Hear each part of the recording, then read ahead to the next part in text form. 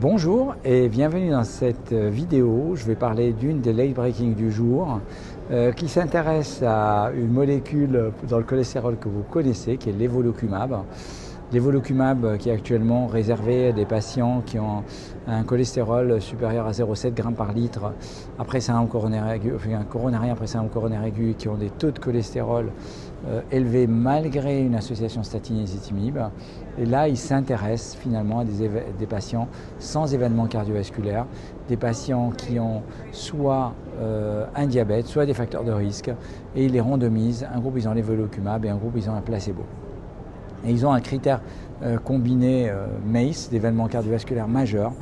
Et résultat, c'est quand même une très large étude, 12 000 patients randomisés, double aveugle, multicentrique, très bien menée, publiée dans le New England, donc je vous invite à aller voir le papier en détail, et une réduction des événements cardiaques majeurs de 25%. Donc ce résultat est largement significatif. Il n'y a pas plus d'effets secondaires avec l'évolucumab. Bien entendu, il peut y avoir des réactions au point de contact, mais rien de bien majeur par rapport à ce qu'on connaît déjà.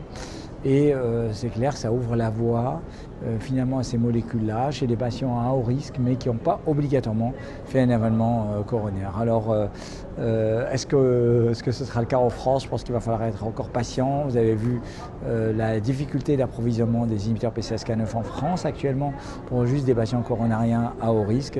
Donc je ne me prononcerai pas sur l'arrivée des inhibiteurs PCSK9 en prévention primaire, mais c'est clair que de toute manière, quand vous êtes loin de la cible, ce sera parmi les éléments intéressants, et l'étude là est publiée dans le New England et vous donnera encore beaucoup d'informations. Merci beaucoup et à très bientôt et suivez la chaîne. Bye bye.